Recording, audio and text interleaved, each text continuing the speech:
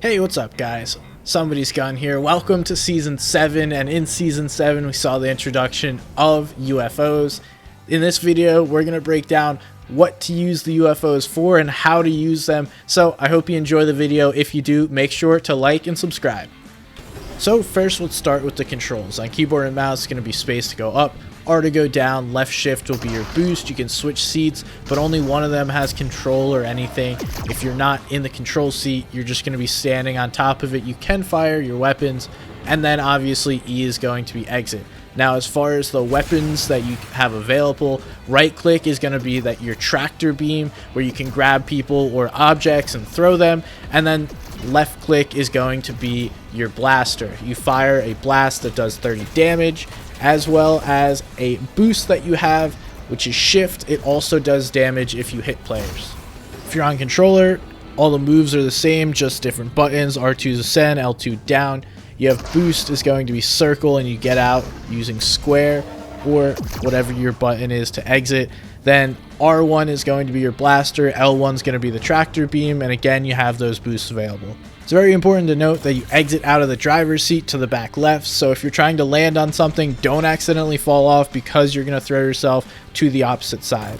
Now you know how to drive them, let's talk about how to get them. On the map, there's going to be POI names that are purple. Those are going to be the ones with the UFOs, and then you will have to go ahead and shoot them down.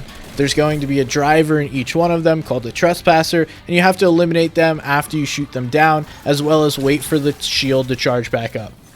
The UFO has 600 total HP, so you can knock it down once, and then once it goes back up and fully recharges its shield and battery, you can hop in it, and then you will get another opportunity because it has to be destroyed twice in order to be completely destroyed. Now that means even if you get knocked out in it, if you can buy time, you can just wait for the shield to recharge and then get back into the vehicle. Another important thing to note is that these vehicles run on battery, not fuel, and they will recharge their battery if you just hop out and let them recharge. Using the UFOs are a ton of fun. If you can find an AR quickly off spawn and take them down, it's a huge advantage off spawn, especially if someone doesn't have a long range or medium range weapon to fight back. Sometimes you have to be careful because the UFOs will take you out. The trespassers themselves have the ability to shoot those bombs at you, and they will hit you for damage or just pick you up and bring you farther away than you can even imagine.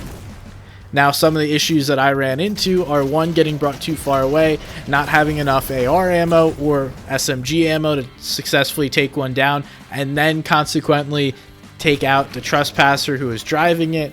Additionally, you need to make sure that you have some time to take down these UFOs before opponents are going to jump on you. Once you're in the UFO and you're quickly in it off spawn, you should have the ability to get a few, if not many, elims. One of the big advantages to the UFO off spawn is that no one really has any materials. It breaks a full box of builds, if not more, based on where you're shooting it.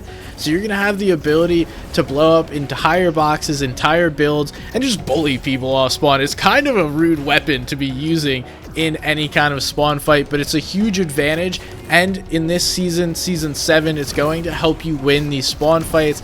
At the moment, it is quite OP, and I would highly recommend trying to use them off spawn. A little later on in the game, once people get their loot going, once they have materials and mats and ammo, it becomes a lot harder to take them down. The 30 shot per tick is not necessarily a ton of damage to fully eliminate players quickly, especially when they're shot in all different kinds of directions. When you hit them, it is hard to continuously hit for follow-up damage after one shot lands.